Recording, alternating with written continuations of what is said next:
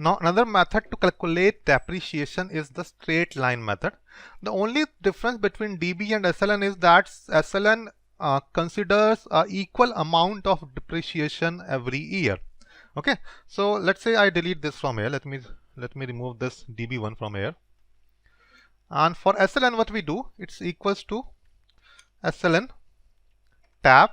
The formula remains approximately same. So first is the cost of acquisition, then we have the salvage, and then we have the life, you see, comma life.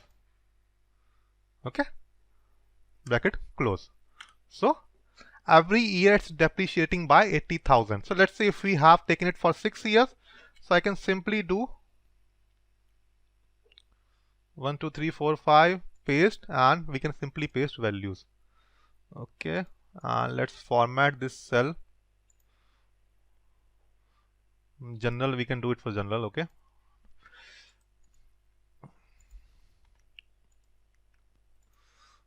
so it's 80,000 every year.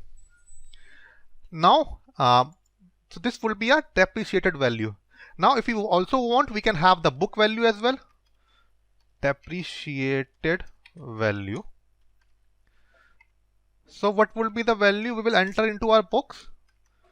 We can simply calculate this. For first year it will be this minus this. Okay, for the next year it will be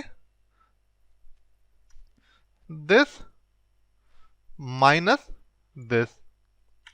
Okay, for next year it will be this minus this, so we can simply drag and drop this here. So it comes out to 20,000 in the end. You can see here it was 20,000, again we have 20,000 here. So it's the actual salvage value we get after 6 years, the book value. This is the depreciation. I will not say depreciated value, it's the depreciation actually. So yearly depreciation by straight line method, and this is the book value which we get after every year of depreciation. In the end of 6 years we get salvage value 20,000 back. Okay.